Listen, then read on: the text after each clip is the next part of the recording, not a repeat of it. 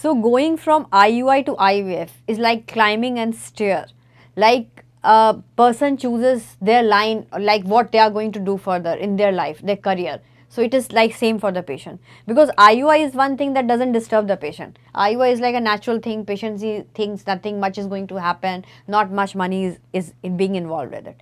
So when should a patient go from IUI to IVF? First, when you have recurrent IUI failures. Usually if you have already gone for 3 IUI cycles, you should not go for a 4th IUI. You should definitely go for a IVF cycle. If the condition of the tube is dubious, means only one tube is open or somewhere you are seeing thickening in the tube, then maybe you can try 1 IUI cycle. After that you should go for IVF.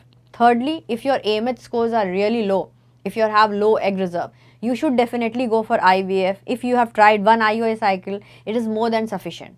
Because every time you are undergoing an IUI cycle, every time you are being stimulated and you are already having low AMH. So the time period is already less for you. Your clock is ticking.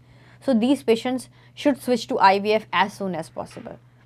Fourthly, patients with endometriosis, because they have problem with the egg reserve. So all patients who are dealing with problem with eggs, they should not try more IUI cycles. They should jump from IUI to IVF cycles as soon as possible.